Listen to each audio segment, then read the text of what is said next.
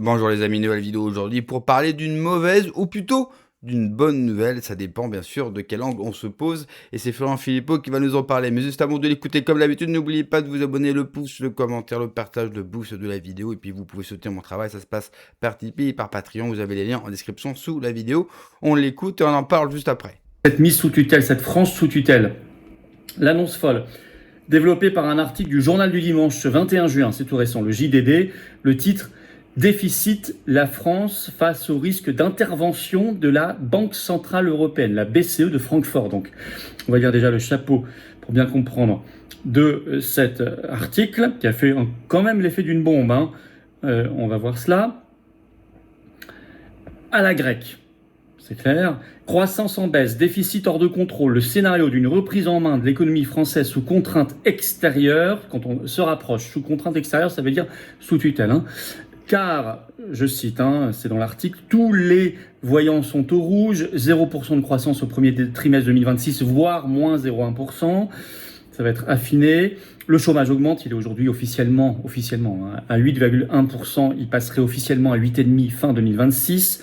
La consommation des ménages est en berne, moins 0,5% en avril. L'inflation repart à la hausse. Les déficits publics sont attendus à 5,2% pour cette année. 5,2% du PIB, c'est énorme. La menace est donc là. Alors, je vais citer un extrait de l'article. Dans ces conditions, comment sortir de la spirale de l'endettement ? Pour Anthony Morlet-Lavidali, de l'Institut Rexecode, je cite, « Il va falloir une contrainte externe, étant donné qu'aucun parti politique n'assume de s'y attaquer drastiquement. » Si nous, par exemple, on a plein de solutions, je vais y revenir, pour baisser les mauvaises dépenses publiques et pour relancer la croissance en France, et en tout cas une spirale positive, mais ça, ils veulent pas les entendre parce que ça va contre les dogmes euromondialistes. Mais en tout cas, voilà ce qu'ils écrivent. Je cite encore. Le plus probable, si la France est menacée par une crise de la dette, c'est une intervention de la BCE qui ne peut risquer une défaillance de l'un des pays les plus importants de la zone euro. Elle viendra à notre secours, mais nous imposera des sacrifices aussi douloureux que nécessaires. La seule question ne serait plus de savoir si l'économie du pays va lâcher, mais quand cela se produira. Pour eux, donc fin de citation du JDD, pour eux la question, c'est pas de savoir s'il y aura une mise sous tutelle, mais quand. Alors vous avez une autre analyse qui va strictement dans le même sens, qui vient de sortir ce 23 juin sur le site bdor.fr, qui est le site des actualités de l'or, site spécialisé. Le titre « Déficit, la France pourrait vraiment être contrainte d'agir sous la pression de la BCE ». Je cite encore, la France glisse vers une contrainte budgétaire européenne plus dure. Alors on va citer un extrait de cet article. L'idée d'une intervention de la Banque Centrale Européenne mérite d'être posée froidement. La BCE dispose d'un outil qui est le Transmission Protection Instrument, le TPI, pensé instrument de protection par rapport à la transmission en fait, des crises, pensé pour éviter des tensions désordonnées sur les dettes souveraines de la zone euro. Sur le papier, cela peut protéger un pays attaqué par les marchés. Mais il y a une limite évidente. La BCE ne finance pas l'indiscipline budgétaire. Son filet de sécurité suppose des politiques jugées soutenables, une trajectoire compatible avec les règles européennes et une absence de déséquilibre trop sévère. Or, la France est déjà visée par une procédure pour déficit excessif avec une correction demandée d'ici 2029. En effet, la France, depuis 2024, est officiellement, et ça n'est pas du tout levé, sous procédure européenne de déficit excessif. Le risque, donc lancé par la Commission européenne, le risque n'est donc pas une faillite soudaine, le vrai danger est plus lent, plus humiliant, une reprise en main graduelle de la politique française par la contrainte extérieure. Bruxelles fixe la trajectoire, les marchés sanctionnent l'écart. C'est une mise sous tutelle. Parce qu'effectivement, nos taux d'intérêt, ceux auxquels on emprunte sur les marchés pour financer la dette, sont au plus haut depuis 2008. Le Monde en parlait dans un grand papier le 8 juin, en disant même que le doute s'installe sur la capacité de rembourser cette dette. On a aujourd'hui des taux qui sont quasiment à 4%. Mais on n'est pas les seuls, c'est pas qu'en France. Les taux augmentent partout, y compris États-Unis, Allemagne, Italie, Royaume-Uni, Espagne, etc. Alors, c'est quoi une mise sous tutelle par la BCE ? D'abord, c'est prévu.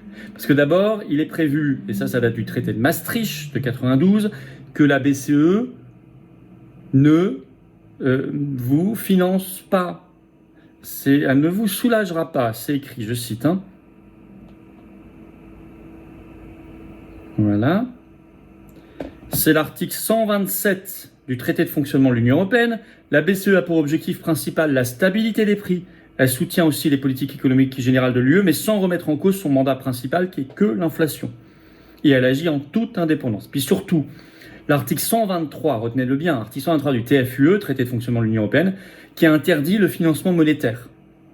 La BCE, les banques centrales nationales, ne peuvent pas accorder de découvert ou de facilité de crédit au gouvernement, ni acheter directement leurs titres de dette sur le marché primaire, le marché de l'émission de la dette.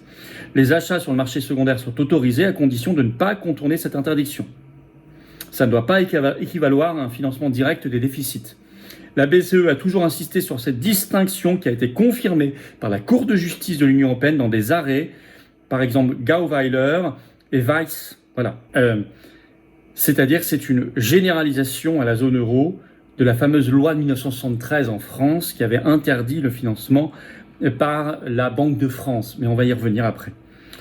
Alors ensuite, ils sont allés plus loin. Ils ont créé par un traité instituant le mécanisme européen de stabilité, le MES, qui date du 27 septembre 2012.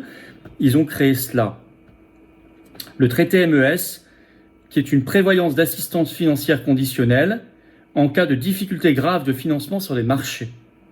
La conditionnalité est négociée dans un MOU, Memorandum of Understanding, c'est-à-dire un protocole d'accord, par la Commission européenne en liaison avec la Banque centrale européenne et éventuellement déjà le FMI, puis approuvé par le Conseil des gouverneurs du mécanisme européen de stabilité. Elle inclut un programme d'ajustement macroéconomique avec des réformes structurelles exigées, etc. Alors ça passe par des mesures précises qui sont exigées par la BCE, qui vous fait un prêt en échange, par des objectifs chiffrés qui seront vérifiés. Le protocole d'accord précise un calendrier strict, je cite, et des revues trimestrielles. Tous les trimestres, la BCE envoie des petits hommes gris chez vous, à Paris, etc., pour voir si vous respectez bien ce qui a été négocié, les objectifs chiffrés, le calendrier, etc. Sinon, vous coupez le robinet. C'est déjà la même logique que le FMI en fait, mais le FMI, d'ailleurs la BCE peut faire ça donc en coordination déjà avec le FMI, puis ensuite si c'est pas suffisant, le FMI peut intervenir directement. Alors là, c'est encore plus précis et intrusif, et d'ailleurs on a des signaux comme quoi le FMI envisage de le faire pour la France, à la grecque, car lors de son dernier bilan annuel sur la France qui a été publié le 25 mai dernier, il n'a jamais été dans le vocabulaire choisi et dans les préconisations, les demandes qu'il fait à la France, il n'a jamais été aussi direct et intrusif dans son vocabulaire. Ça a été noté par tous les observateurs. Par exemple, il demande, je cite, une forte participation des patients aux dépenses de santé ou une nouvelle réforme des retraites. Donc maintenant, il est très directif, ce qui est vraiment la dernière étape avant la mise sous tutelle. Alors c'est bizarre, par exemple, il ne demande pas par contre qu'on arrête de financer le budget de l'Union européenne, alors que c'est là qu'il y a les vraies dépenses. Des dizaines maintenant de milliards d'euros par an, ça va passer à 42 milliards par an. Ni qu'on arrête de financer la guerre d'Ukraine. 17 milliards le dernier chèque qu'on a fait, vous le savez. Etc. Non, il demande qu'on s'attaque aux retraites, à la santé, bien sûr. Alors, pour s'en sortir, il y a 3 pistes, il y en a 4 même. Et vous allez voir qu'elles ne sont pas compatibles avec notre maintien dans l'Union européenne et l'euro. En fait, notre maintien dans l'Union européenne et l'euro, il nous mènera, on est déjà de plus en plus mis sous tutelle de fait, puisqu'on a perdu notre souveraineté, mais il nous mènera directement à la mise sous tutelle par la BCE, puis par le FMI, ou les deux, si on continue dans cette voie. Et n'est-ce pas, entre nous, une bonne nouvelle? Je m'explique. Au vu de la situation, au vu du silence des Français, en tout cas de leur inactivité face à ce qui se passe en France, aussi bien sur le plan économique, sur le plan social, sur le plan de la violence. On a encore vu ce jeune, lui, se faire tabasser à mort.